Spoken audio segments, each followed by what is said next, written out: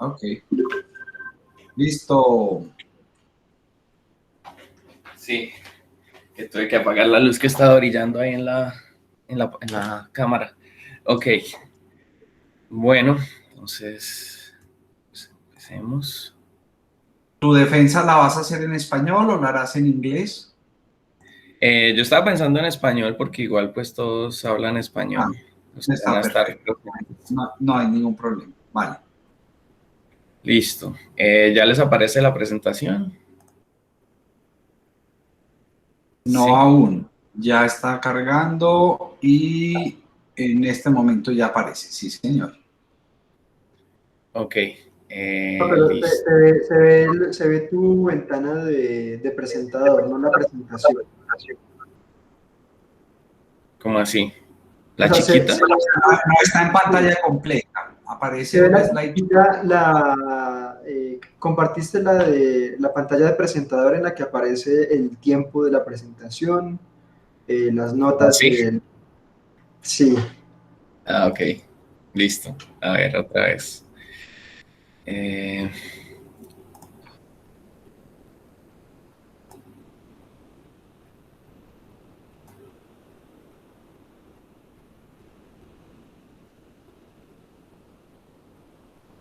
¿Ya? No, está cargando. ahora sí. Ahora sí. Ok. Y si abro las notas de presentación, ¿las comparte también? No, esas ya me aparecen solo a mí. Sí, ¿Sí? esas te aparecen solo a ti.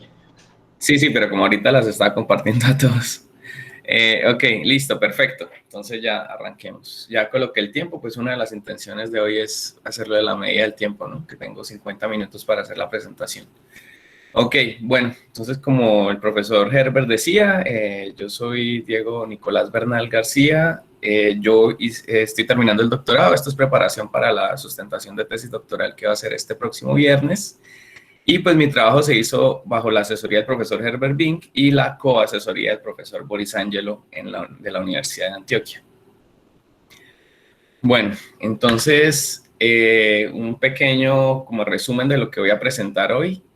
Una primera parte va a ser introducción y motivación al problema. La segunda parte, pues voy a describir una técnica de perturbaciones basada en el análisis de múltiples escalas temporales. Después, una aplicación pues, de la teoría de estudio de sistemas cuánticos no estacionarios para la medición de fuerzas clásicas débiles y por último pues voy a dar una corta conclusión a lo que fue pues los resultados principales del trabajo. Ok, entonces empecemos con la introducción y motivación. Entonces, bueno, la primera pregunta que aparece cuando uno ve el título de mi tesis, que es Non-Stationary Quantum Phenomena in Cavity Quantum Electrodynamics and Optomechanics, en español, pues es fenómenos cuánticos no estacionarios en la electrodinámica y optomecánica cuántica de cavidades. La primera pregunta que aparece es, bueno, ¿qué son fenómenos cuánticos no estacionarios? ¿Cuáles son este tipo de fenómenos? Entonces, pues acá para hacer una claridad sobre esto, entonces normalmente con lo que nos referimos con no estacionario es que es dependiente del tiempo. Sin embargo, cuando se dice que algo es dependiente del tiempo, y pues sobre todo en física, pues es un poco engañoso porque pues todos los fenómenos a la larga son dependientes del tiempo.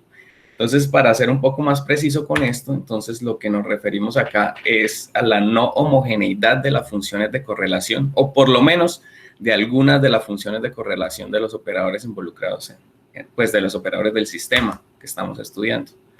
Entonces, esa no homogeneidad se traduce en esto, que la correlación, por ejemplo, a dos tiempos de un operador o cualquiera, entre el tiempo t más tau y el tiempo t, no es lo mismo que de un tiempo tau a un tiempo cero. Es decir, ese tiempo t no es arbitrario y sí importa en qué momento estamos estudiando el problema. Entonces, nos vamos a referir a regímenes no estacionarios donde ocurren este tipo de propiedades.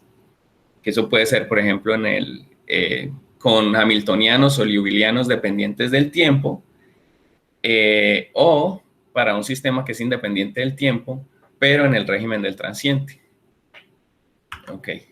Entonces, pues, hay muchos ejemplos de fenómenos no estacionarios en mecánica cuántica. Pero pues solo por mencionar un par, entonces pues tenemos por ejemplo el colapso y reavivamiento de condensados de Bose-Einstein, que pues es un fenómeno que se estudió se comprobó experimentalmente en 2002, y para la cual pues si quiero cualquier fenómeno, pues hay muchos fenómenos también de este tipo de colapso y reavivamiento, colapso y reactivación de alguna propiedad, y para estudiar este tipo de cosas normalmente necesito una resolución temporal. Entonces, necesito calcular unas dependencias temporales, no es suficiente simplemente ir a un espacio de frecuencias, y pues todo esto cabe dentro de lo que nos referimos como fenómenos no estacionarios. Otro ejemplo sencillo es la cuna de Newton o el péndulo de Newton cuántico, en el que pues hacen colisionar, pues tienen como dos condensados de Bose-Einstein, dos gases de Bose, que están como colisionando entre ellos en una trampa de potencial y nunca alcanzan el equilibrio. Entonces, es otro ejemplo de un sistema que necesita para estudiarse una resolución temporal. Entonces, pues solo por mencionar dos ejemplos. Hay muchísimos ejemplos en los que se necesita resolver esto. Pero bueno, ¿cuál fue entonces mi motivación para empezar a estudiar este tipo de problemas? La motivación principal y otro ejemplo de un sistema de fenómenos cuánticos no estacionarios pues es el efecto Casimir dinámico. El efecto Casimir dinámico pues consiste en, pues primero tenemos una cavidad electromagnética que pues en este gráfico simplemente se ilustra como dos placas de Casimir, y debido a las fluctuaciones del vacío cuántico, en este caso pues va a ser fotónico, de que la densidad de estados fotónicos en el continuo es mucho mayor que la densidad de estados fotónicos definidos dentro de la cavidad. Entonces va a haber una presión de radiación debido a las fluctuaciones de afuera, que va a generar una atracción entre estas dos placas. Este sería el efecto Casimir estacionario. Entonces, si yo empiezo a variar las condiciones de frontera de la cavidad, voy a modificar esta fuerza de Casimir, que es una fuerza atractiva entre estas placas, y básicamente lo que voy a tener es, inicialmente vamos a considerar un sistema que va a ser una caja para la luz, o sea, una cavidad electromagnética, que inicialmente está vacía. La agito, muevo, cambio en el tiempo sus propiedades, sus condiciones de frontera en general. Puede ser la permitividad dentro del material dentro de la cavidad, puede ser en los bordes que definen la cavidad. Y luego, bueno, ¿qué pasa? No, pues en el mundo clásico, si yo hago eso, pues no va a pasar nada, ¿no? Pero lo sorprendente acá es que en el mundo cuántico, esa variación rápida de los parámetros de la cavidad me genera pues me permite extraer fotones desde el vacío, y eso es lo que se conoce como el efecto Casimir dinámico. Ese efecto se estudió por primera vez teóricamente desde 1970 como una solución, pues, una solución que sale de la mecánica cuántica. Pues inicialmente se hicieron estudios fue dentro de espacios-tiempos curvos y cosas un poco más, digamos, complejas, pero simplemente con un sistema que se estudia desde la electrodinámica cuántica de cavidades, con los métodos de la óptica cuántica, se puede también obtener esto sin necesidad de tener espacios, tiempos curvos ni nada por el estilo. Entonces, de hecho, este sistema se comprobó teóricamente, tuvo su primera verificación experimental en el año 2011, y pues en 2009 el mismo grupo pues planteó cuál era la idea para generar pues comprobar este efecto. Entonces lo que ellos hicieron, o pues la idea que siguieron, fue modificar uno de los bordes que definen una cavidad coplanar, una guía de onda coplanar en un circuito superconductor, y lo que quisieron hacer fue modificar las condiciones de frontera. Entonces eso lo hicieron cambiando el flujo que pasa a través de un squid, este flujo externo, y al modificar ese flujo externo cambian la fase reflejada, o sea, el ángulo con el que se refleja esta onda que viene e incide sobre este borde, y modificando eso rápidamente, o sea, con una frecuencia muy alta, se puede de manera efectiva se está viendo como si eso estuviera, como si ese borde se estuviera moviendo muy rápido y con una amplitud no tan pequeña, y pues por eso se conoce como el efecto Casimir dinámico paramétrico, porque pues se hace de forma paramétrica, no es que realmente haya un borde que físicamente se esté moviendo. Y pues eso en el 2011, como les decía, se hizo el experimento, siguiendo exactamente la misma idea, y pues midieron que había una extracción de fotones desde el vacío.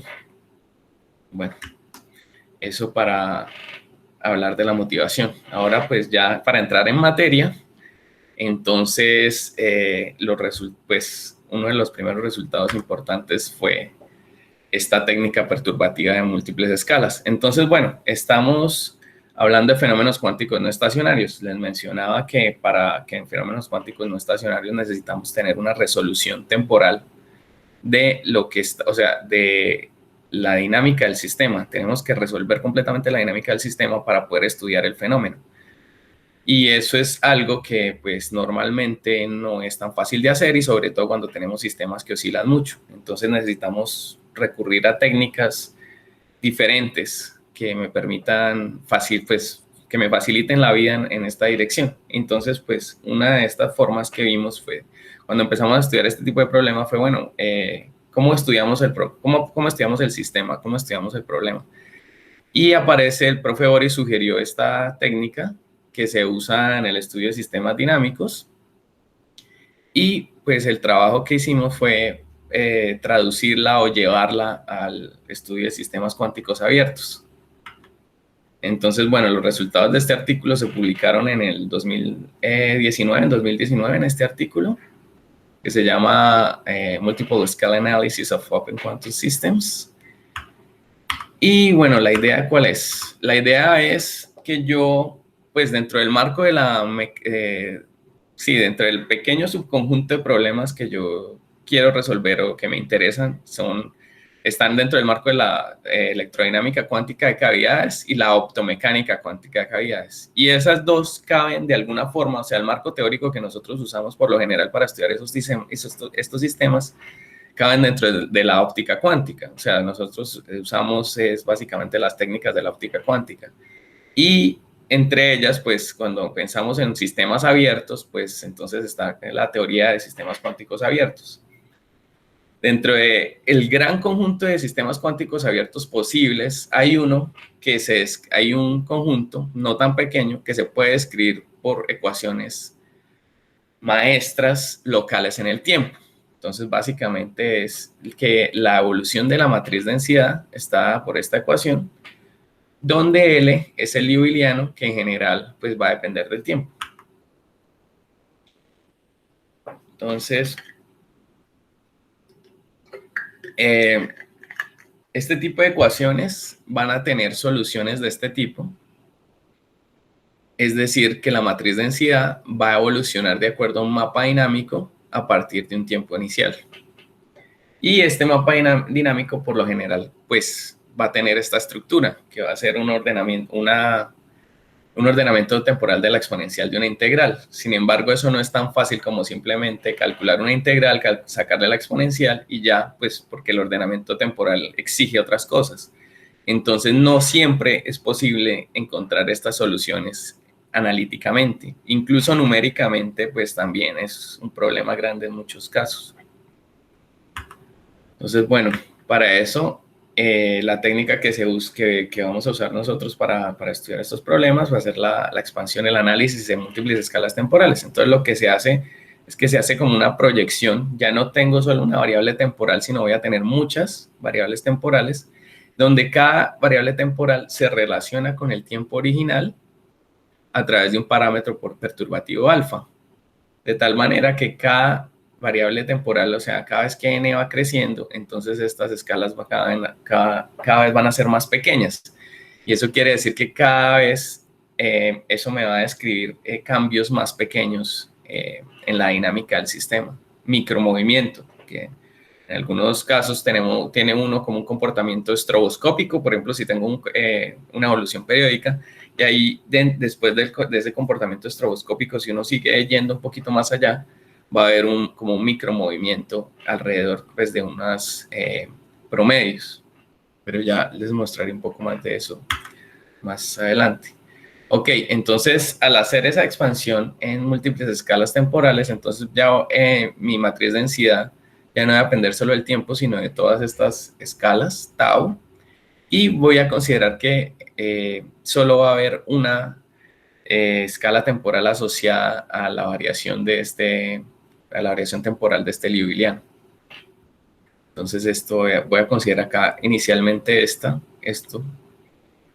que pues yo podría considerar más escalas temporales involucradas en el liouvilleano, pero pues inicialmente digamos que este es el acercamiento más sencillo. Sin embargo, la extensión para considerar muchas otras escalas temporales, que es un liouvilleano que, por ejemplo, digamos que tengo muchos láseres incidiendo sobre mi cavidad electromagnética y todos están con frecuencias muy diferentes que no son múltiplos los unos de los otros, entonces voy a tener muchas escalas temporales asociadas y eso también en principio lo puedo estudiar y la extensión no debe ser tan difícil. Ok, entonces ahora la derivada total con respecto al tiempo debido a esta expansión, esta extensión de la variable temporal, pues según la regla de la cadena se va a comportar de esta manera, donde estos d mayúscula sub n va a ser las derivadas parciales con respecto a cada variable temporal. Entonces, pues hasta ahí no hay nada extraño. Y por lo tanto, entonces, pues esta va a ser la estructura que va a tomar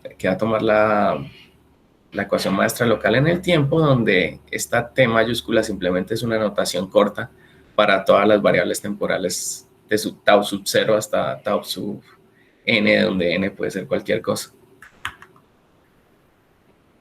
Entonces, pues puedo escribir también la matriz de densidad como una expansión asintótica con respecto a esta parámetro perturbativo alfa.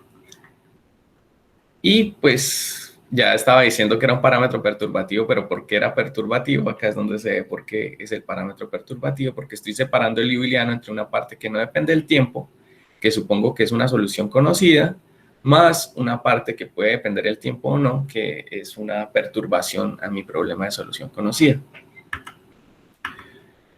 Entonces, voy a pasar un poco rápido por acá porque pues ya es como detalle de los cálculos, simplemente es como poner todo junto y separar en los diferentes órdenes.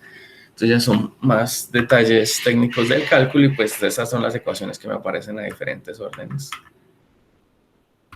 Donde los a sub n simplemente están relacionados. O sea, yo lo que estoy haciendo ahora aquí es que a cada orden de la expansión asintótica de la matriz de densidad estoy diciendo que va a tener un mapa dinámico diferente, que también entonces voy a tener una expansión de mapas dinámicos. Y cada mapa dinámico se puede factorizar, le puedo factorizar la parte que es la correspondiente a la solución de orden 0 multiplicado por otro superoperador. Entonces esos otros superoperadores son los que siguen estas ecuaciones a cada orden, donde esta primera es bastante simple porque simplemente es que la solución va a ser una constante con respecto a la variable t sub 0.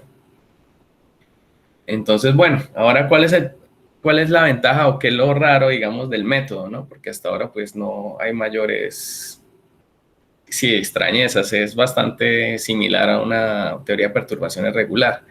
Sin embargo, el problema de la teoría de perturbaciones regular, y es algo pues, que tengo que añadir explícitamente en la presentación, que aún no lo he puesto, es que aparecen soluciones seculares. Es decir, que cuando yo quiero solucionar mi problema, la solución a la matriz de densidad aparece con dependencias temporales, explícitamente del tiempo, y de potencias del tiempo. Es decir, perdón.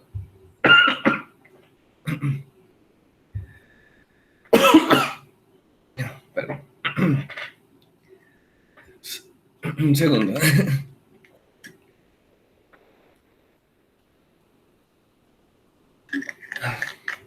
Ya, perdón. Ok, entonces, yo lo que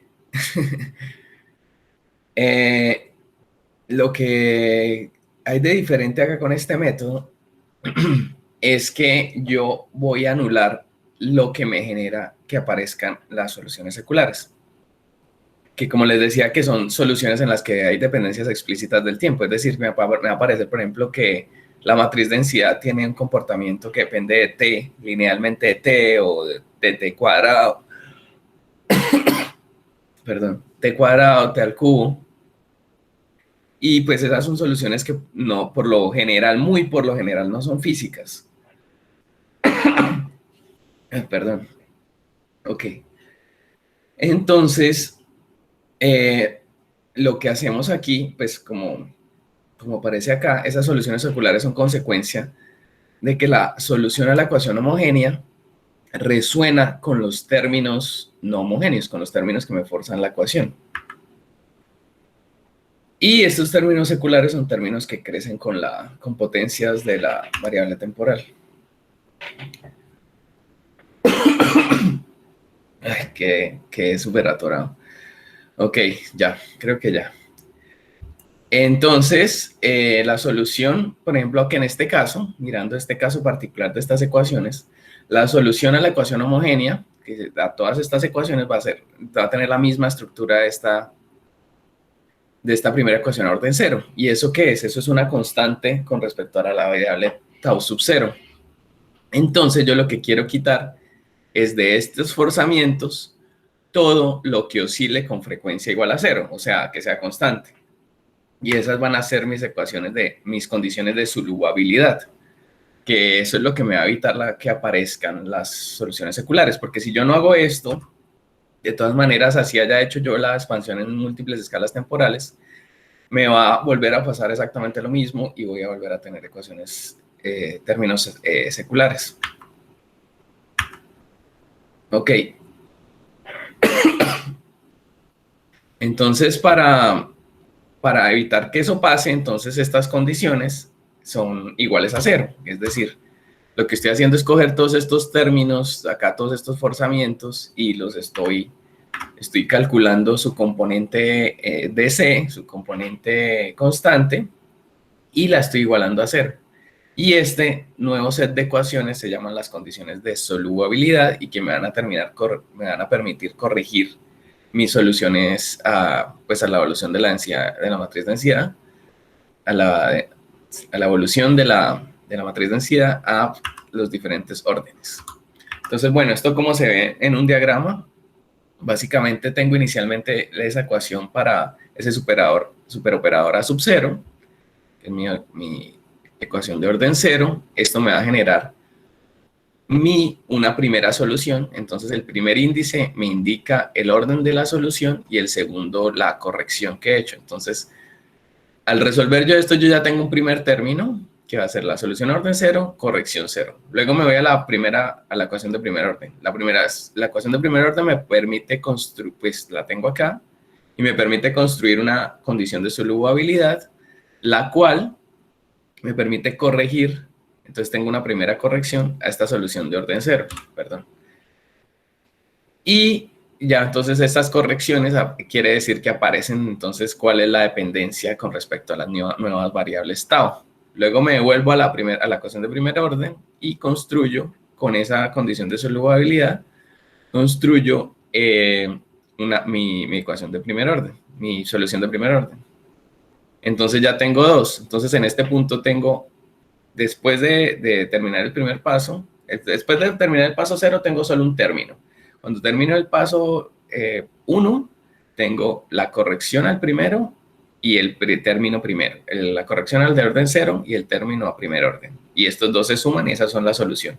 Cuando voy al siguiente orden, entonces logro con la condición de solubabilidad corregir los dos anteriores y construir uno adicional. Entonces la solución acá va a tener 3 términos.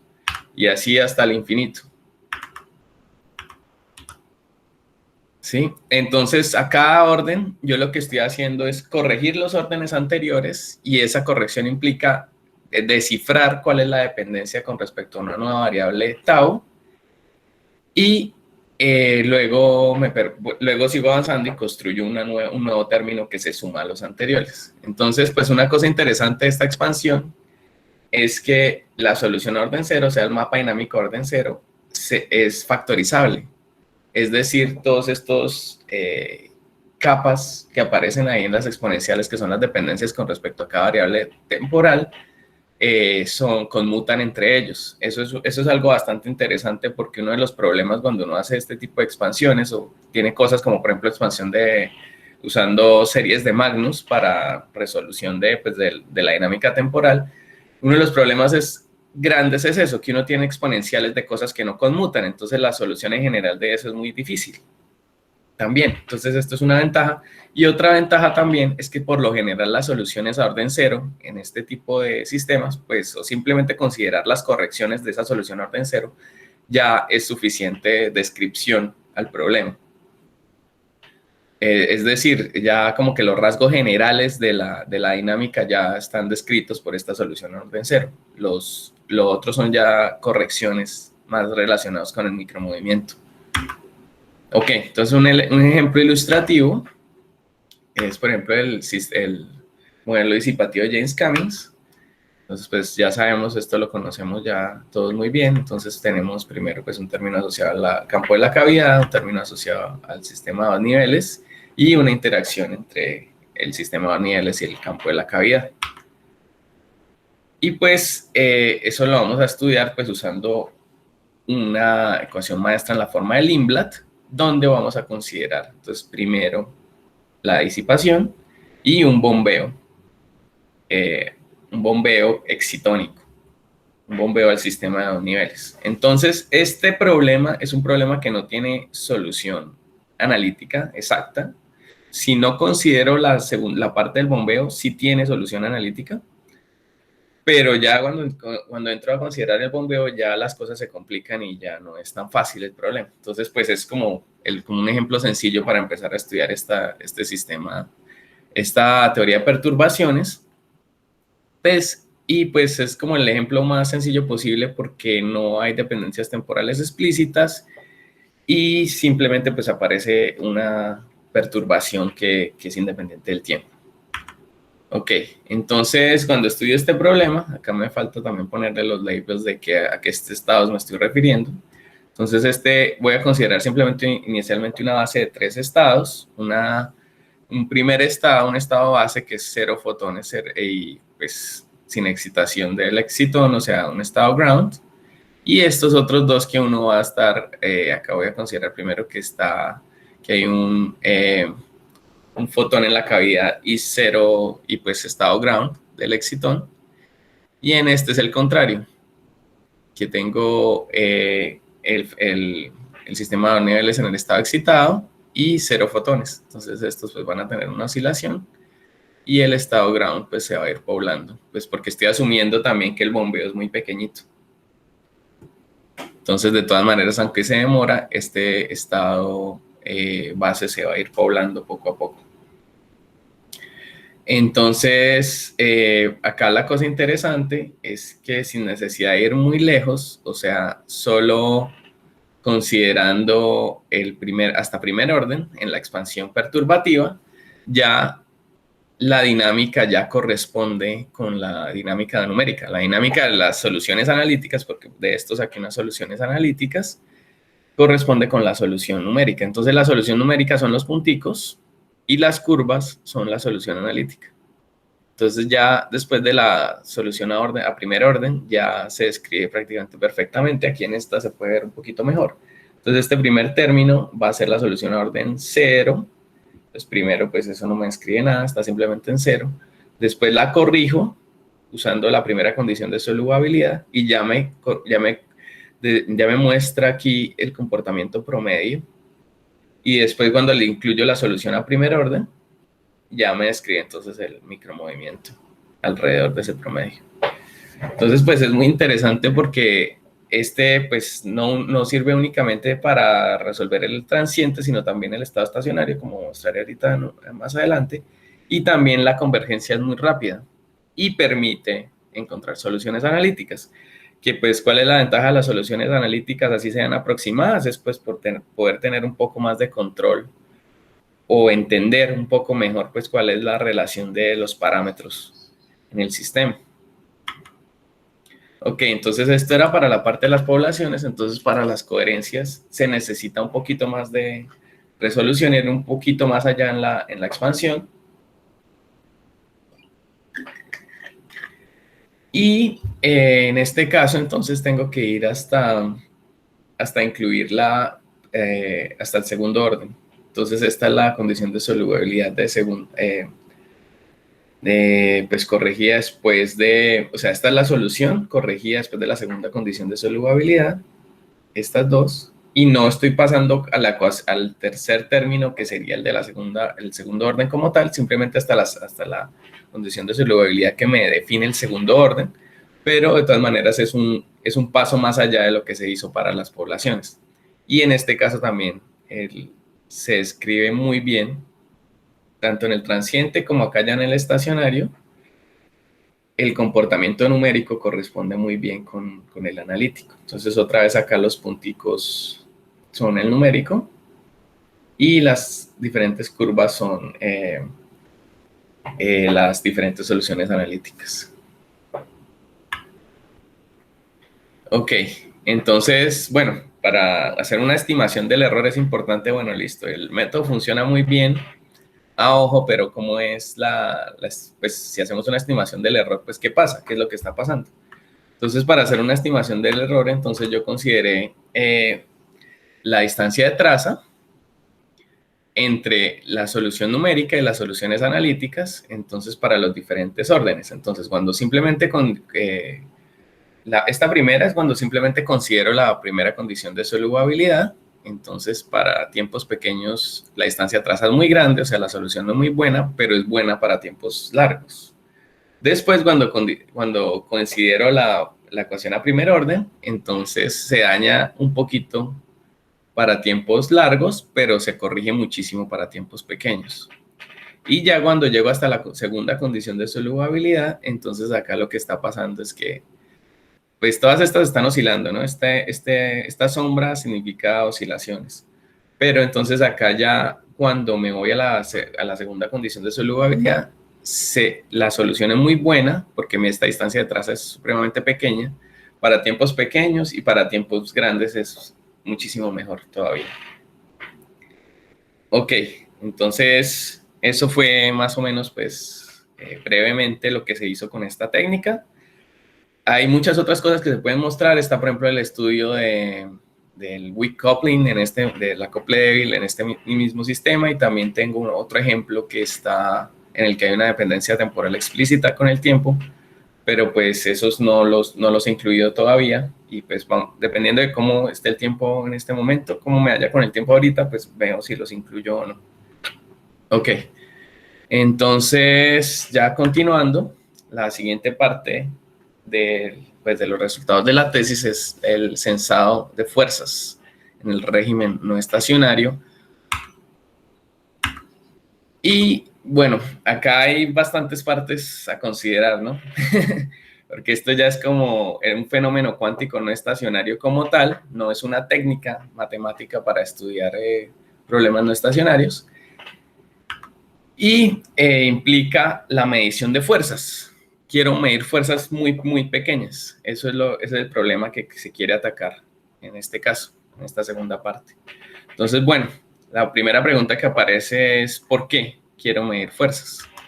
¿Cuál es la intención? O sea, entonces, pues desde la cultura popular ya Yoda le decía al joven Skywalker que debe sentir la fuerza alrededor de él. Y pues desde la física moderna, desde los principios de la física moderna, pues Galileo decía que hay que medir lo que es medible y hacer medible lo que no lo es. Entonces, desde los principios de la ciencia moderna, de la física moderna, pues está el medir cosas. ¿Sí? Un poquito a veces, ¿por qué queremos medir cosas? Pues simplemente por medirlas, sí, pero también hay muchas aplicaciones de esto que ya mencionaré ahorita más adelante. Entonces, bueno, normalmente ¿cómo se mide una fuerza? Entonces, el principio básico para medir una fuerza es el que se usa en la balanza del supermercado. Entonces, básicamente yo tengo un resorte cuyas propiedades conozco, aplico una fuerza y yo puedo medir el desplazamiento que está ocurriendo en el resorte, y con ese desplazamiento, simplemente pues considerando acá el caso lineal, pero no tiene que ser lineal la respuesta del resorte, pues yo puedo conocer cuál es la fuerza, y eso puede ser dependiente del tiempo. Simplemente, si conozco cuánto se está desplazando el resorte, puedo conocer cuánto fue la fuerza que se aplicó. Ese es el principio básico, y ese seguirá siendo el principio con lo que nosotros hacemos también. Entonces, bueno, si yo quiero ir ya a escalas muy pequeñas, si quiero irme ya como en términos de las aplicaciones de medición de fuerzas, pues en inglés la palabra es sensorics, pero no sabría traducirle al español, de sensamiento tal vez, no sé. Los que pues comercialmente los aparatos más sensibles y que más se utilizan son los piezoeléctricos para hacer la medición. Entonces el principio también lo conocemos, se aplica una fuerza sobre el material piezoeléctrico y esa fuerza me genera pues al oprimir el piezoeléctrico se genera una diferencia de voltaje, y esa diferencia de voltaje pues yo conozco también las propiedades de mi resorte, entre comillas, y esas propiedades son, pues me permiten relacionar la diferencia de voltaje que se genera con la fuerza que se aplicó. Entonces, bueno, en esta tabla que saqué de un libro de piezoeléctricos, entonces pues me dicen que el cambio mínimo que se puede medir de strain, que es de deformación, que se define como el delta de longitud sobre la longitud inicial, es 10 a la menos 11. Y estos son los aparatos que ahorita comercialmente se usan. O sea, si alguien con una empresa y necesita calcular, no sé, una fuerza electrostática muy pequeña, esa es la mínima resolución que puede tener, 10 a la menos 11. Parece mucho, pero pues ya vamos a ver que tal vez no, pues, que para algunas cosas no es tanto, no es tan bueno. Y estos piezoeléctricos también tienen la propiedad de que tienen una razón dinámica, que es como qué tanta fuerza pueden medir desde milinewton a meganewton. Entonces pueden medir cambios muy pequeños y con un rango pues, más o menos grande de fuerzas. Ok, entonces con esto en mente, o sea, vamos a recordar aquí este 10 a la menos 11. Entonces vamos a mirar ahora sí, entonces, cuál es, digamos, la motivación desde la ciencia básica fundamental para mejorar estas mediciones de fuerza. Y pues esa motivación, digamos que última, o una de las motivaciones últimas, pues es la medición de ondas gravitacionales. Ahorita otra de las intenciones, pues desde la ciencia fundamental es la medición de materia oscura, detección de materia oscura, y para eso también se están usando este tipo de sistemas pues basados en la mecánica cuántica para la detección de fuerzas muy, muy pequeñas. Pero pues a diferencia de la materia oscura, las ondas gravitacionales ya fueron detectadas. Entonces digamos que por lo menos ya nos está en ese momento de la historia en el que todavía nos estamos preguntando si existe o no existe, sino que ya es una cosa pues que ya se comprobó, y ahorita lo que se quiere es estudiar. O sea, están construyendo todo un nuevo campo de la astrofísica, que pues es la astrofísica de ondas gravitacionales, ¿no? Entonces pues esa es una motivación importante. Entonces pues les había dicho pues que teníamos con piezoeléctricos 10 a la menos 11 strain.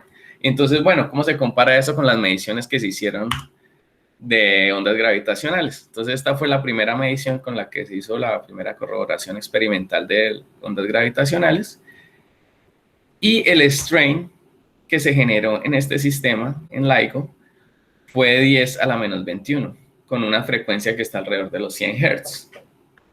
Entonces, bueno, las frecuencias de operación de los piezoeléctricos, de los sistemas piezoeléctricos, están en el rango adecuado, pero estamos descachados solo 10 órdenes de magnitud en la deformación medible.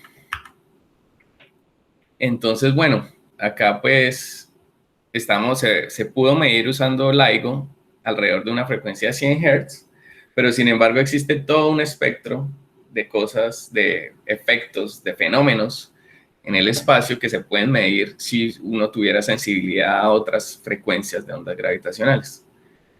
¿Sí? Entonces este 100 Hz está aquí, que es LIGO, Virgo, y hay todo un rango muy grande, todo un universo todavía por explorar, ¿no? Entonces, digamos que esto apenas está comenzando, no es un trabajo terminado.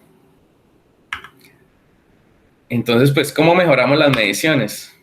Entonces, les adelanto, pues ya les había comentado algunos la vez pasada, pero lo que se quiere hacer es lanzar esta cosa al espacio, que se llama LISA.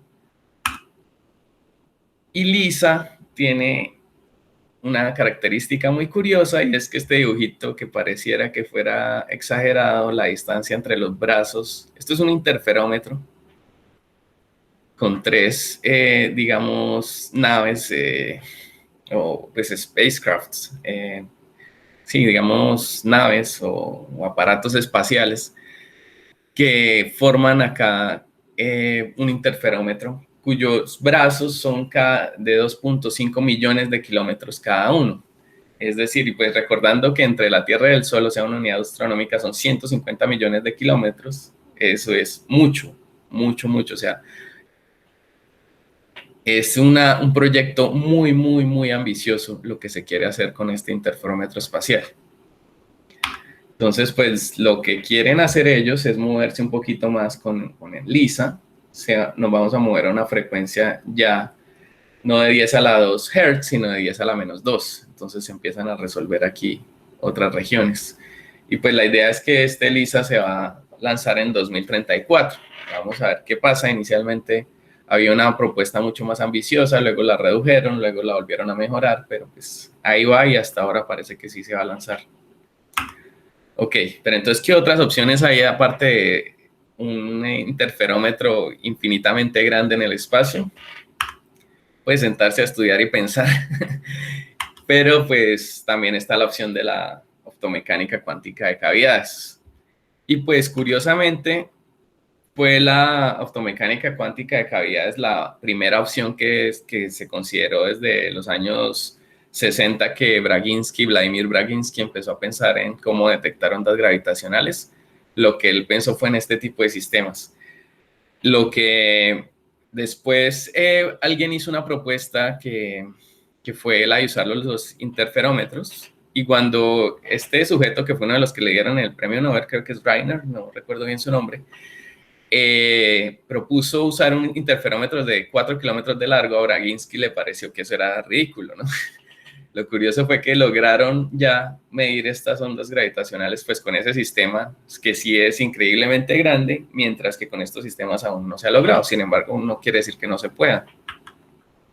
Entonces, bueno, en la optomecánica cuántica de cavidades el principio fundamental es la presión de radiación, que pues fue algo que desde las épocas de Kepler se observó en cometas. Entonces es usar una idea, digamos que muy antigua, de cómo la radiación electromagnética puede transmitir momentum sobre una pared, sobre un objeto mecánico, y esa presión pues para fotones individuales es muy pequeña, pero de todas maneras ya cuando empieza uno a considerar, digamos que un poquito más, no simplemente pues interacciones optomecánicas a un solo fotón, sino un poco más, de todas maneras no es tan despreciable y permite estudiar pues a nivel cuántico, a nivel de pocas partículas y pues de pocos fotones, relativamente pocos fotones y fonones, me permite pues tener una interacción que me va a permitir también estudiar esta detección de fuerzas. Entonces, bueno, ¿cuál es nuestra propuesta? Entonces, básicamente este mismo sistema que mostraba antes de resorte con una fuerza, pero ahora lo que tengo es una cavidad electromagnética y lo que quiero es manipular la entrada con unos láseres con frecuencias diferentes. Quiero manipular el estado cuántico del oscilador mecánico de tal manera pues, que pueda maximizar la fuerza detectada. Entonces, pues este sistema con un solo resorte me permite detectar solo una cuadratura de la fuerza, mientras que este sistema donde hay dos modos mecánicos me va a permitir hacer una detección de las dos cuadraturas de la fuerza, o sea, una completa detección. Entonces, bueno, este tipo de sensores que se basan en propiedades cuánticas permitirían, también estarían en el mismo rango de los 10 a la 2 Hz, pero con una sensibilidad muchísimo mayor. Entonces pasaríamos de los 10 a la menos 21 a unos 10 a la menos 25 más o menos. Incluso, pues, de hecho, con la propuesta que tenemos, este estimado puede ir incluso mucho más abajo, con una resolución mucho mejor. Ok, entonces hablemos de, ahora sí volvamos a la parte de lo no estacionario. Entonces estos resultados también ya están publicados, se publicaron el año pasado, es un PRA, muy bueno y muy exhaustivo, se los recomiendo. Y la idea básicamente es esta. Entonces yo lo que quiero hacer es preparar mi sistema físico en un estado inicial no térmico, que va a ser un estado comprimido, un estado squeeze, luego llega mi fuerza y luego hago una medición no estacionaria de una fuerza pues impulsiva, que puede ser simplemente pues, un impulso gaussiano con un ancho muy pequeño o algo así, pero esto se aplica en general a cualquier función en el tiempo de la fuerza externa. Entonces esta medición no estacionaria aquí quiere decir que estamos en el régimen transiente. Entonces antes de que el sistema se estabilice, antes de que el sistema se vuelva a termalizar, entonces hacemos la medición en ese momento. Y lo que encontramos es que este signal to noise ratio, que es la razón entre señal y ruido, que es lo que en una medición yo siempre quiero optimizar, que es poder sacar la señal dentro de todo el ruido que tiene el sistema, se incrementa. Aquí tiene un pico cuando el tiempo de medición es corto. Cuando medimos muy rápido después de la llegada de la fuerza, acá en 0 llegó la fuerza, y medimos rápidamente después de que llegó la fuerza, suponiendo pues que tengo, acá sí que tengo una fuerza, digamos, impulsiva, o sea, que es como un pico casi tipo delta Dirac, y es decir que se sigue manteniendo que la duración completa de la fuerza es menor que el tiempo de medición. Entonces, en ese caso, si este tiempo de medición es chiquito, la detección va a ser, la sensibilidad de la detección es máxima. Entonces, esta es la idea, básicamente. Entonces, pues, ¿cómo se hace eso? Entonces, simplemente yo lo que quiero hacer es, esta fuerza está llegando a este oscilador. Y ese oscilador, pues, tiene el problema que va a tener, pues, una incertidumbre en la detección de su posición, pues, que está dada por las fluctuaciones de punto cero. Y también, pues, por el ruido térmico. Entonces, yo lo que quiero es detectar más allá de eso. Y para eso lo que quiero hacer es preparar el estado del oscilador en un estado comprimido. Eso es lo que yo quiero hacer inicialmente. Entonces, para eso lo que estoy haciendo, lo que voy a hacer es aplicarle dos pulsos. Entonces, tengo dos drives, dos forzamientos, dos bombeos diferentes, que los dos están, cada uno tiene una frecuencia que están en las bandas de la oscilación mecánica. Es decir, que la frecuencia de uno va a ser la frecuencia de la cavidad más la frecuencia del oscilador mecánico, y la otra va a ser la frecuencia de la cavidad menos la frecuencia del oscilador mecánico. Entonces, pues este es el hamiltoniano inicial con el que se describe el sistema, donde alfa pues me describe pues los dos pulsos, que son pulsos coherentes. Ok, entonces el modelo teórico pues me va a permitir pues en términos de las cuadraturas, tengo este hamiltoniano efectivo y pues voy a poder escribir simplemente mi sistema como un vector que me va a ser un vector de cuadraturas, una matriz que va a ser esta matriz de aquí, el vector de cuadraturas multiplicado por el vector de cuadraturas otra vez, más un vector de fuerzas, más un vector con los ruidos. Que estos son Diego, los ruidos. Revisa tu tiempo. Sí, mi tiempo está que me quedan 3 minutos. Entonces ya tengo 47 minutos. Entonces voy a pasar por esto rápidamente y voy a ir al final. Entonces, pues esto ya son más detalles técnicos. Quiero ir a la parte importante, que es la medición no estacionaria como tal.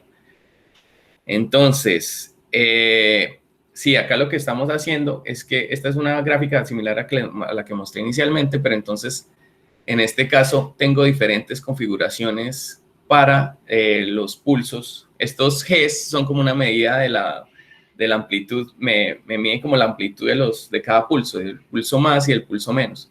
Y dependiendo de la razón que haya entre esos dos pulsos, entonces va a haber un mayor o menor squeeze del oscilador mecánico cuando llega a la fuerza. Entonces esto se muestra mejor en esta gráfica. Entonces acá relaciono el squeezing que se genera por este desbalance entre los dos láseres de entrada y el máximo, la máxima razón entre señal de ruido que se puede alcanzar. Entonces, pues hay más o menos hay una correlación entre las dos, es decir, que entre más comprimido está el estado del oscilador mecánico cuando llega a la fuerza, mayor es la sensibilidad que se puede alcanzar cuando hace una medición en el régimen no estacionario. Entonces, esto se puede ver mejor acá, que de hecho, pues este va a ser cuando yo cambio, yo después de que llega la fuerza, hago un cambio en la configuración de los drives, del bombeo, de tal forma que tengo una medición que me va a dar el back action, que es como la retroalimentación que me hace un ruido adicional en mi sistema. Y cuando hago eso, que es cambiando la configuración del sistema cuando llega la fuerza, o sea, la configuración de los láseres, la correspondencia entre el squeezing inicial y el máximo signal to noise ratio, la máxima razón de señal ruido que se puede alcanzar es casi perfecta. Pero entonces apareció la pregunta, bueno, de hecho esa fue una pregunta de los referees cuando se publicó, cuando se sometió el paper, que es que, bueno, ¿y qué pasa cómo hago yo para cambiar eso? Necesito entonces saber en qué momento llega la fuerza para que justo cuando llega la fuerza cambió la configuración. Entonces lo que nosotros consideramos luego fue, bueno, no vamos a considerar que se cambia la configuración de los láseres cuando llega la fuerza, sino simplemente se deja igual.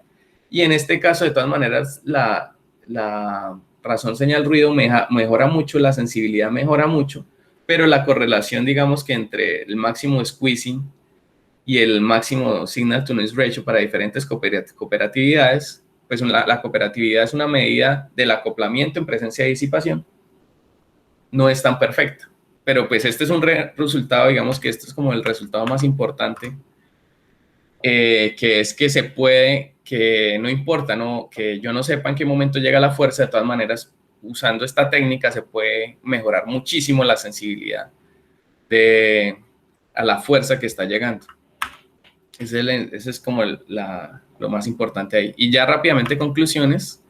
Entonces, pues bueno, era básicamente hacer un resumen, pero ya estoy muy corto de tiempo, de lo que se hizo pues en el primer paper, que fue la técnica de múltiples escalas temporales, y la técnica, pues la idea que se utilizó para mejorar la sensibilidad de la fuerza, pues usando pues un squeezing del estado mecánico disipativamente.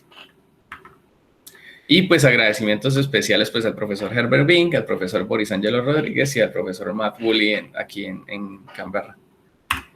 Y muchas gracias y preguntas. Y eso fue 51 minutos y 18 segundos. Bueno, Diego, muchísimas gracias. Está muy linda tu presentación. Hay que tener cuidado con el tiempo, ¿no? Así como un asunto técnico, te sugeriría que trates de acortar un poco la explicación del principio para que no tengas que correr tanto al final. ¿Te parece? Sí. Yo ya te lo había dicho, es solubilidad, no solvabilidad. Creo que lo dije las dos. Solubilidad. Bueno, muy bien. Entonces, yo le voy a dar la palabra a Boris, en deferencia, que es el... Muchas gracias, profesor Herbert. Quiero que le hagas sus comentarios de rigor. Sí, no, quería simplemente como insistir en la idea de Herbert. Digo, Nicolás, creo que la primera parte se te fue mucho tiempo. Tuve como la sensación de que intentas dar ciertos detalles matemáticos que pueden ser importantes si tu escenario fuera otro, pero tal vez se puedan abreviar, decir de otra forma, no lo sé. O sea, yo creo que ahí es donde tienes que hacer el esfuerzo general para que te acoples al tiempo, ¿cierto? Están muy estrictos, por lo que he visto, los ¿cómo es? Los chairman de estas sesiones, ya me han tocado varias en donde prácticamente cortan al estudiante por pasarse del tiempo, porque como son virtuales, ¿cierto? Ya la gente se está cansando de estas sesiones virtuales, entonces es bueno que mantengas el tiempo bajo control, que te ciñas muy bien al tiempo y que tengas la posibilidad de hacer las discusiones finales, ¿cierto? O sea, terminar así tan abruptamente, pues no vale la pena. Entonces, más bien, yo me replantearía un poco como la primera parte, ¿cierto? Lo del trabajo técnico, sobre todo cuando vas a ciertos detalles matemáticos que yo creo que se pueden simplificar muy bien. Sobre la, digamos ya sobre el blog de la charla, me hubiera gustado, o me gusta más bien, me gusta que en un trabajo de estos de maestría o doctorado como el tuyo, pongas una última diapositiva de perspectivas, porque es que no puedes, o sea, tu tesis no se acaba aquí, ni tu trabajo científico se acaba aquí. Y las perspectivas me parece que son muy valiosas, ¿cierto? En cuanto, digamos, justamente a la capacidad que tienes ya como investigador de abrir las áreas, de examinar otras puntas, etcétera. Entonces, yo creo que debes, ¿cierto?, dedicarle más tiempo al final e introducir una diapositiva de perspectivas. Esos son como mis comentarios más generales. Bueno, gracias, profe. Y yo termino aquí, les cuento que tembló violentamente, no sé si ustedes en Bogotá lo sintieron. Yo no sentí nada. Aquí en Medellín hubo un temblor muy violento, que está todo el mundo, pasó hace como 15 minutos, los carros sonando, como pueden escuchar tal vez. Bueno, entonces aquí los dejo. Yo creo que tengo que salir a ver a mi mamá que vive en un edificio por allí cerquita. Yo quisiera decirte, Diego, que hay unos aspectos que valdría la pena en el diseño de la presentación que los pensaras, ¿no? O sea, no tienes que hacer nada. Yo creo que ahí en lo que has presentado está ahí todo, ¿no? Pero sí creo que hay unas cosas que podrían mejorarse. Por ejemplo, podrías empezar la presentación enfocando o focalizando dónde estuvieron los principales aportes, ¿no? ¿Qué es lo que va a pedirte un jurado a la hora de evaluar un trabajo, ¿cierto? Es decir, cuáles fueron en conclusión los principales aportes obtenidos, y si uno lo presenta desde el principio, pues eso focaliza un poco la discusión, ¿no? La otra cosa es una pregunta un poco de curiosidad científica y tiene que ver con que en la forma en que está presentado al final toda la discusión, que yo la conozco más en detalle, ¿no? Entonces, mucho más en detalle. Entonces, hay un punto ahí que me parece de quiebre importante que deberías mencionar de una manera un poco más aterrizada. Y es que tú enfatizas mucho en la limitación técnica de los piezoeléctricos para medir las mínimas fuerzas, ¿no? Pero después, cuando se hace el análisis del squeezing, no queda claro cuál es el nuevo límite, ¿cierto? Sí. Es decir, si hay una limitación, si en efecto eso queda abierto de manera indefinida a medir cualquier magnitud de fuerza. Por supuesto, eso no es así, ¿no? Porque el squeezing también tiene unas limitaciones técnicas. Entonces, pues me gustaría que esa parte, digamos, fuera mencionada de alguna manera para dejarle consistencia a esa discusión en la parte final. Estoy muy de acuerdo con Boris que de la primera parte, incluso de esta segunda, uno debería pensar en que las diapositivas técnicas sean 3 o 4. O sea, no centrarse mucho en eso, más bien tener material de apoyo, ¿cierto? Adicional. Que uno cumpla con la presentación, pero en el momento en que haya preguntas haya donde pararse y explicar, ¿cierto? Los detalles ya de la minucia, ¿no? Entonces quizás valga la pena sintetizar un poco más la parte técnica y extenderse un poco más en la parte fenomenológica, que esa es la interesante, ¿cierto? Por ejemplo, en esos ejemplos que tuviste que pasar ahorita rápido porque dijiste que en efecto no te daba el tiempo, ¿no? Entonces es mejor concentrarse más en esa parte que es donde los métodos se pueden aplicar, ¿no? Ya el que tiene más interés en esos detalles, pues puede leer los artículos, te puede consultar, puede leer tu tesis, ¿no? Puede leer tus 20 páginas de apéndice, ¿no? Entonces, en ese sentido pienso yo que se puede hacer una cosa más sucinta. Recuerden que una de las cosas que se miden en un doctorado es la capacidad de síntesis, ¿no? Es decir, uno trabaja en cientos de cosas, pero uno tiene que tener la fortaleza, ¿cierto?, de saber extraer qué es lo fundamental para contar la historia y cuáles son los resultados más relevantes de tu historia.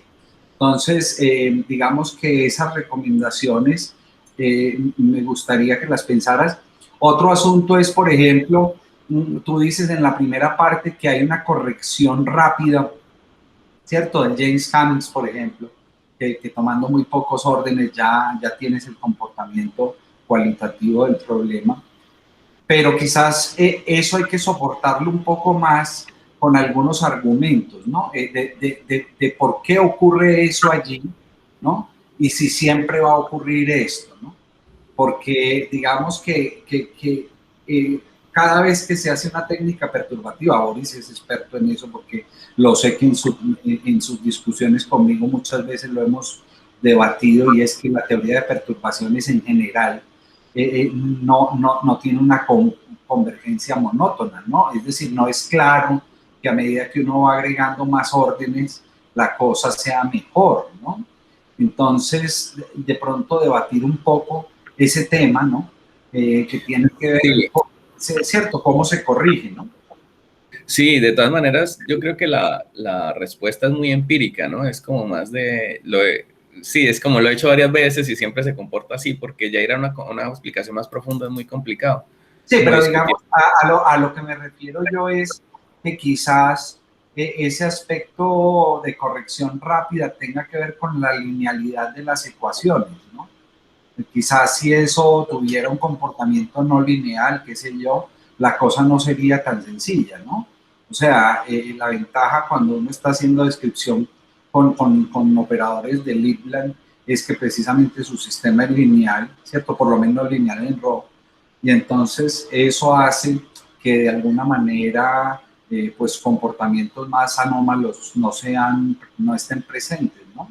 Pienso yo, ¿no? Pienso yo. Sí, tiene sentido. Pues de todas maneras la técnica se usa para estudiar sistemas no lineales, pero débilmente no lineales, y sí, también tienen una rápida convergencia, sí, pero sí. Pero lo que no me quedó claro, ¿cierto? De pronto lo dijiste muy rápido, es la fuerza que tiene el método para detectar las distintas escalas temporales involucradas en el problema. Sí, que para mí esa es la parte más profunda de la cosa, ¿no? Es decir, en una descripción de un fenómeno donde uno en principio no tiene un conocimiento de qué es lo que ocurre, pues eso le ayuda a hacer como una radiografía de lo que está pasando en el sistema, ¿no? Y una pregunta que te tengo, ya que has desarrollado esa experticia, es si tú piensas desde hoy, ¿cierto?, que ya tienes hecho ese trabajo, que una técnica de estas podría ayudar a clarificar los efectos físicos que se tienen en un experimento. Es decir, si yo tengo la señal que viene del experimento, ¿cierto?, y yo hago fittings de esos valores esperados, no sé, ¿habría alguna forma de detectar a través de este método las escalas características de tiempo de ese problema sin necesidad de recurrir a un modelo de ecuación maestra? Es decir, yo me podría reunir con un experimental y decirle, vea, las señales que usted tiene ahí tienen estos aportes de frecuencias característicos que le dan idea. Uy, fuerte ese temblor, profe, 5.2 es fuerte. Sí, es fuerte. Sí, señor. Se batió ahí fuerte. Sí, acabo de hablar con mi mamá y estaba ya un poco asustada, pero ya pasó, ya me quedo aquí. No tengo Boris, le estoy haciendo una pregunta a Diego y a mí me gustaría también tu feedback en esa respuesta. Es decir, viendo en perspectiva el asunto de este método de teoría de perturbaciones para detectar escalas temporales, ¿será que uno podría pensar en una técnica que le sirva a los experimentales sin necesidad de acudir a la ecuación maestra, sino con las señales que ellos tienen de los experimentos para poder identificar distintos mecanismos con diferentes escalas temporales? ¿Tú qué piensas? Yo creería que sí, profe. Hay un... Pero se necesitaría un modelo, ¿no? También. Sí, por supuesto. Digamos, un primer análisis de señales en la resolución temporal que ya es muy común es el de onditas, wavelets. Digamos, eso ya hoy en día es una técnica, ¿cierto?, canónica para el análisis de señales temporales, que tiene como esa idea, ¿no?, en ir descomponiendo en componentes de frecuencia o en componentes de tiempo. Pero, digamos, la pregunta que hace Herbert me parece muchísimo más importante, o sea, mucho más incisiva para esta clase de fenómenos cuánticos, o sea, por ejemplo, esas señales típicas de la óptica cuántica, que hay que promediarlas mucho, ¿no? Justamente para que la razón señal ruido baje mucho, hay que hacer muchísimas mediciones, porque las respuestas típicas en los experimentos de óptica cuántica fluctúan muchísimo. Entonces yo creo que ahí, ¿cierto? O sea, de pronto como aligerar la carga teórica, o sea, yo lo diría, el formalismo que tiene Diego Nicolás, pues está apropiado para un teórico, pero habría que ingeniarse la manera como para aligerar esa carga teórica de tal manera que le permita al experimental sacar una información más limpia, ¿cierto? Por ejemplo, una función de respuesta a partir justamente del formalismo, ¿cierto? Yo creería que, por ejemplo, ahí hay una perspectiva, ¿cierto?, interesante, o sea, cómo construir el formalismo de las funciones de respuesta con base en esta técnica, ¿cierto?, de múltiples tiempos, que le permita al físico experimental hacerlo más sencillo, ¿no? Porque de todas maneras el formalismo sigue siendo un poco, pues, de teóricos, casi de físicos matemáticos. Boris, pero digamos, yo hago la pregunta por lo siguiente. Digamos que como tú y yo y Diego y muchos de los que aquí trabajamos en estos sistemas, sabemos, ha habido una crítica siempre en el sentido de que si uno tiene más parámetros, pues puede ajustar cualquier cosa, ¿no? siempre un elefante en la trompa. Exacto, el trabajo con Bauke, por ejemplo, ¿cierto? La crítica que se nos hizo con ese trabajo, que es válida, pero que obviamente tiene una pregunta que está por debajo, ¿no? Y es cómo identificar las escalas temporales de los mecanismos físicos que están detrás de un fenómeno físico. Porque digamos, yo diría que siempre en la física de un fenómeno, en la medida en que yo pueda caracterizar con un mecanismo cada escala temporal, lo que pasa en cada escala temporal, yo voy diciendo sobre la suficiencia de ese modelo para explicar ese experimento, ¿no? Es decir, si yo tengo una escala, o un efecto asociado a una escala que no corresponde a los mecanismos que se modelan, pues obviamente eso lleva a buscar un nuevo mecanismo que pueda, digamos, predecir esto, ¿no? Entonces, digamos que en esos eventos donde nosotros hemos estudiado, o cuando José María estudió el phonon defacing y luego ahora el Cavity Phonon Assisted y todas estas otras alternativas, ¿cierto? Son mecanismos que uno entiende desde la física que son plausibles, pero digamos, una herramienta que permitiera definir los tiempos característicos de vida de estos procesos sería una herramienta muy importante.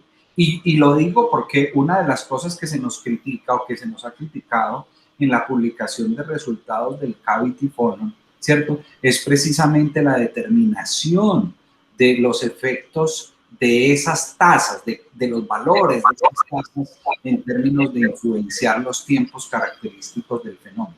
Entonces, digamos que a mí me parece muy interesante la discusión que está detrás de este trabajo, sobre todo porque hay una física subyacente que realmente toca con la suficiencia de los modelos a la hora de explicar una señal experimental. Sí, yo diría ahí que de nuevo el lento camino de acercar una construcción teórica. En este caso, por ejemplo, yo creo que la teoría de la respuesta, ¿cierto? O sea, por ejemplo, las funciones de correlación, un espectro en resolución temporal, sacado de una teoría como la tuya, Diego Nicolás, sería, ¿cierto? Realmente algo interesante. Un comentario, ¿cierto? Digamos, con el que yo cerraría ya esta participación mía es que, de todas formas, la teoría cuántica exige de manera no sencilla ese acercamiento, o sea, ya tú lo sabes, ¿cierto? Y justamente la segunda parte de tu exposición es eso, o sea, la teoría cuántica no permite que uno tenga esa imagen ingenua de medir. Y es posible, ¿cierto?, construir muchos esquemas o protocolos o formalismos de medición. Y de tu teoría inicial, por ejemplo, o sea, de tu primer trabajo teórico, se seguiría también toda una forma de, digamos, de posible teoría de la medición, ¿no? Que justamente haga eso que el profe Herbert está queriendo decir. ¿Cómo se vería, por ejemplo, un espectro resuelto en el tiempo analizado a la luz de dos escalas temporales con tu formalismo, ¿no? Eso es algo que, por ejemplo, hoy en día no, ¿cierto?, no está en el mercado. Esas cosas son todavía muy difíciles a nivel cuántico, ¿no? A nivel de una teoría completamente cuántica. Sí, hay algunas cosas, pero siempre se necesita que haya variaciones periódicas, o sea, que sea un floquet. Eso es lo que... Por ejemplo, ¿cierto? Y la realidad muchas veces está muy lejana a eso, ¿no? Sometidos a una teoría tipo floquet, ¿cierto? Que claramente no, ¿cierto? Sí. Ok, muy bien. Sí, muy de acuerdo con eso. Ya lo había pensado como una de las perspectivas, pero sí hay que ponerlo definitivamente al final. Bueno, yo creo, Diego, que estás listo. Tienes nuestra bendición. Creo que es precioso tu trabajo. O sea, felicitaciones. Te va a ir muy bien. Hazlo con mucha confianza. Y tengo el libro de Landau que te manda... Que te manda saludos. El libro de Landau. Entonces, yo no sé si dentro de los compañeros hay alguna pregunta, comentario que quieran hacer para poder terminar el seminario. Vladimir, Juan Pablo, Andresito, Eric, Camila, Nicolás, Sebastián, que no lo conozco. Ok. Yo solo me quería despedir porque voy para clase. Digo, muchos éxitos con eso. Gracias, Andresito. Chao, Andrés. Sea lo mejor. Ok. Bueno, entonces, ¿nos recuerdas a qué horas es tu defensa? A las 2 de la tarde del viernes. 2 de la tarde del día viernes. Hora en Colombia. Sábado, 6 de la mañana, hora aquí. Perfecto. Ok. Diego, un abrazo, que te vaya muy bien. Muchos saludos a todos y todas.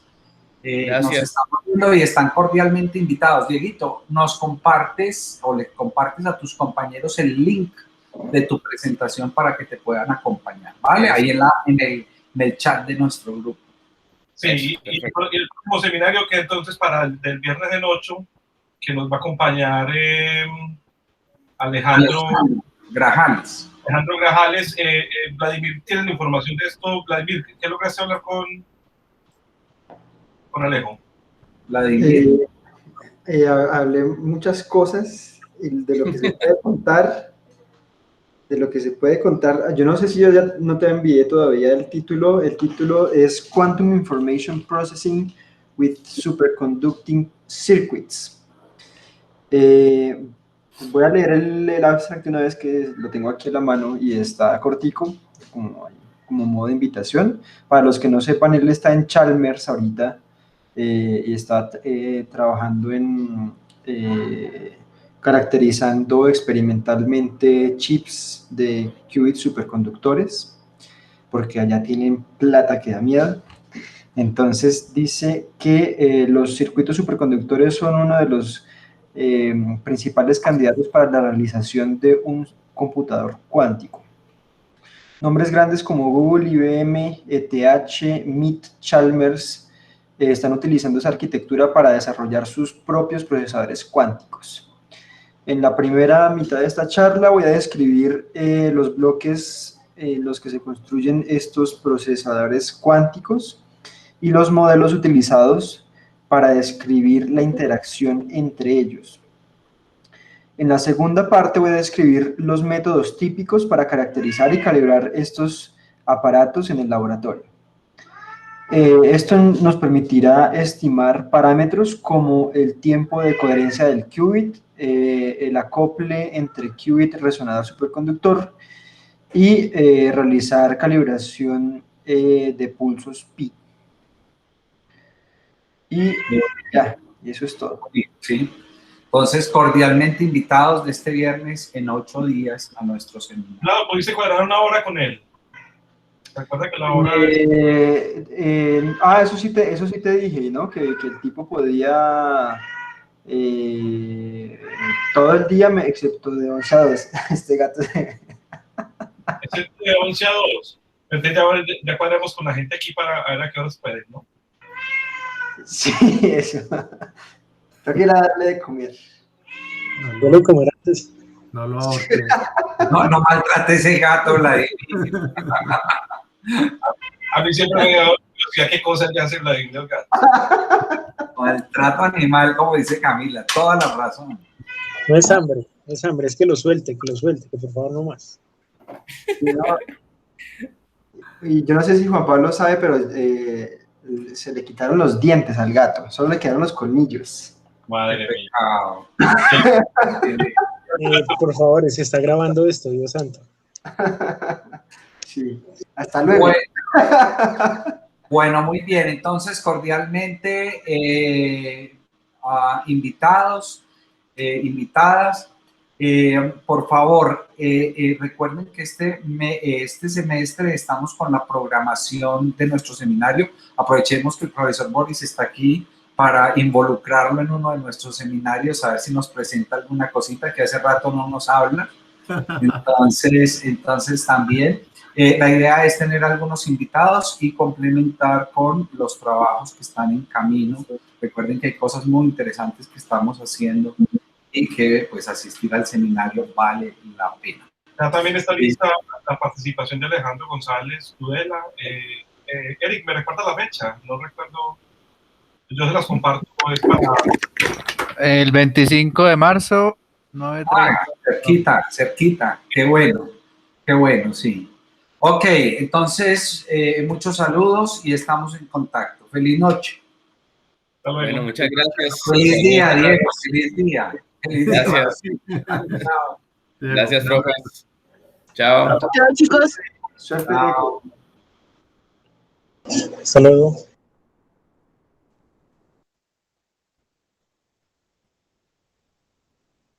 Usted siempre queda esperando a alguien, ¿cierto, Diego?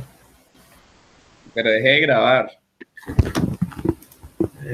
Bueno, está bien.